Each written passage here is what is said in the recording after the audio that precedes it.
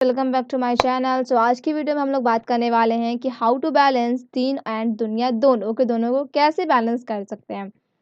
Basically क्या होता है कि आज हमारी पढ़ाई भी नहीं हो पा रही है और ना ही इबादत अच्छी हो पा रही है, जिसकी वजह से क्या हो रहा है कि दोनों इनकम्प्लीट है। इसकी वजह से हमें बहुत ज़्यादा स्ट्रेस भी होता है कि हमारे सेमेस्टर आने वाले हैं, एग्ज़ाम्स आने वाले हैं और हमारी ना ही पढ़ाई कर पा रहे हैं, ना ही अल्लाह से अच्छी कोई कनेक्शन बना पा रहे हैं।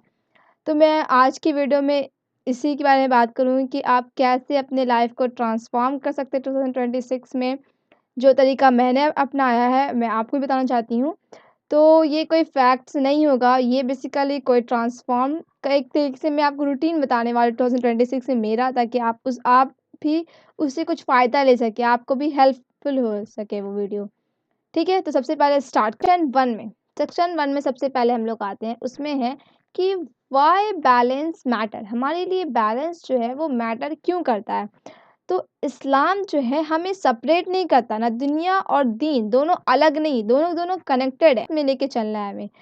तो मैं ये बताने वाली थी कि सबसे पहले हम लोग आप सल्लल्लाहु अलैहि वसल्लम की एक हदीस से स्टार्ट करते हैं कि प्रॉफिट मोहम्मद सल्लल्लाहु अलैहि वसल्लम अल्लाहुम्मा सल्ली अला, तो वो कहा करते थे कि नॉलेज जो है हमारा सबके लिए, knowledge is an obligation to every Muslim. ठीक है? नॉलेज को इल्म हासिल करना हर एक मुस्लिम पर फ़र्ज़ है। मतलब कि हर एक मुस्लिम को हक है, राइट है उसका कि वो नॉलेज हासिल करे।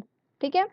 अब है कि हमें होना चाहिए, अच्छी इंटेंशन के साथ हमें स्टार्ट करनी चाहिए बेसिकली, ताकि वो जो अच्छी इंटेंशन होगी तो हम लोग जितने नंबर ऑफ पेजेस पढ़ाई कर रहे हैं, जो भी पढ़ाई कर रहे हैं, तो वो भी हमारा एक तरीके से इबादत में काउंट होगा।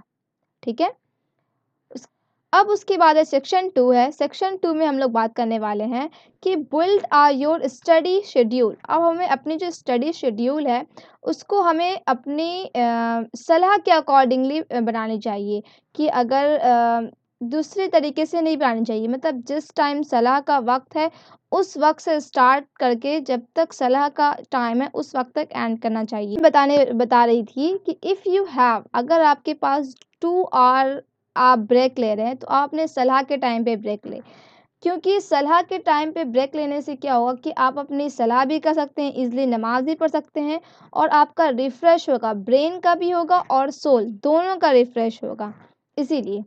उसके बाद सेकंड में बात करने वाली हूँ सेक्शन 2 में, कि है स्मार्ट टाइम मैनेजमेंट। आप अपने टाइम को कैसे मैनेज करें स्मार्टली, उसके बारे में मैं बात करने वाली हूँ।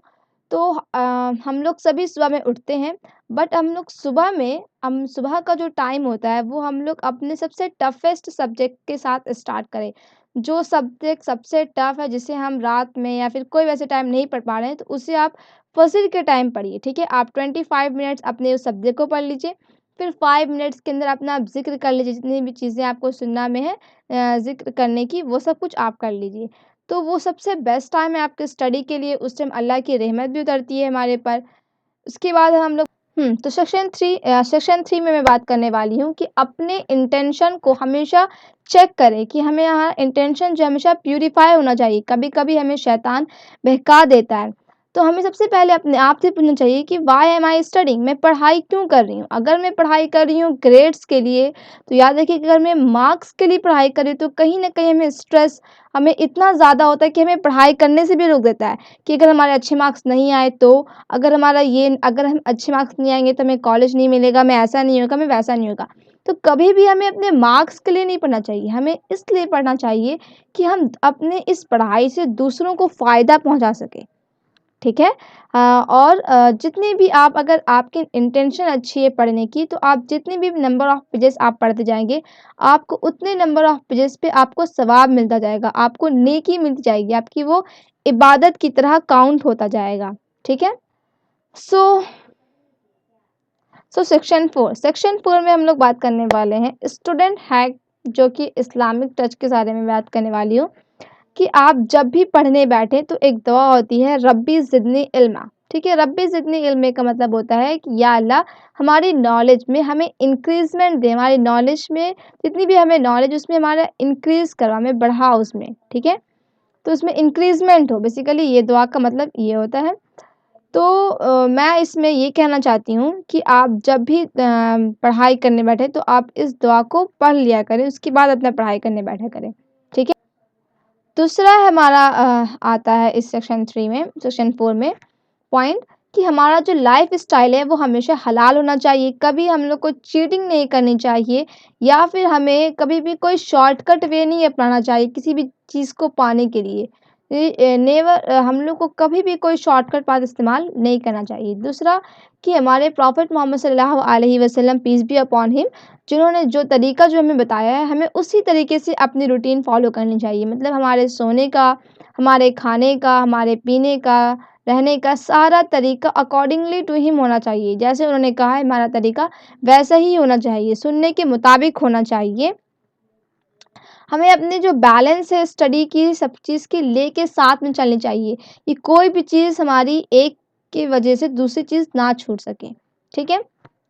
अब हम लोग बात करने वाले हैं तीसरे पॉइंट पर या फिर चौथा पॉइंट होगा ये कि हमारा जब भी हम लोग पढ़ाई करने बैठे तो हमारे स्टडीज़ में सर्कल में हमारे बहुत से फ्रेंड्स भी इन्वॉल्व होते हैं। तो हमें जब भी अपने सर्कल में फ्रेंड्स इन्वॉल्व हो, हमें पढ़ाई हो रही हो, तो हमें क्या करना चाहिए कि कोई ऐसी दुआ पढ़ लेनी चाहिए जिससे शैतान दूर हो जाता है और फरिश्ते आ जाते हैं।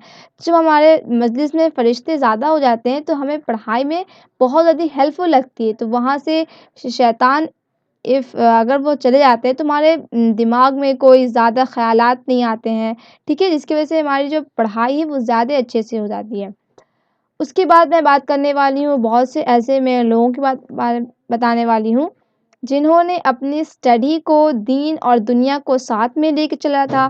सबसे पहले आता है नाम इमाम अल ग़ज़ाली के बारे में, इब्न सिना के बारे में। तीसरा है हमारे अल ख़्वारिज़मी स्कॉलर के बारे में, जिन्होंने दीन और दुनिया दोनों को साथ में लेके चला था। ये वर्ल्डली साइंटिस्ट थे एक तरीके से। इन्होंने कभी भी इन दोनों को अलग नहीं देखा। इन दोनों को हमेशा इन लोगों ने समझा कि नॉलेज क्या है वो एक ब्रिज की तरह इन लोगों ने इस्तेमाल किया ताकि अपने आने वाली जो उम्मा है उनको उससे फ़ायदा पहुँचा सके। जितनी भी अल्लाह की बनाई हुई क्रिएशंस है उन्हें कैसे फ़ायदा हो अल्लाह की चीज़ों से। देखिए नॉलेज भी एक अच्छी चीज़ है तो उससे लोगों को कैसे फ़ायदा हो, आपके पास जो नॉलेज है उस लोगों तक वो कैसे जाए। तो इन्होंने नॉलेज को एक ब्रिज की तरह इस्तेमाल किया था, ठीक है? और आप इस चीज़ को इस रूटीन को आप किसी भी फ़ील्ड में हो, डज़न्ट मैटर कि आप कंप्यूटर साइंस में हो, आप मेडिसिन्स में हो या आप कोई बिज़नेस लाइन में हो, आप किसी फ़ील्ड में हो, आप इस रूटीन को फ़ॉलो कर सकते हैं। सो अगर आपको मेरा ये वीडियो थोड़ा भी हेल्पफुल लगा हो तो thank you so much for watching this video. I hope that you like this video. If you like this video like and subscribe to my channel and आप अपने दोस्त लोग का भी शेयर कर सकते हैं जिन्हें स्टडी में प्रॉब्लम हो रही है।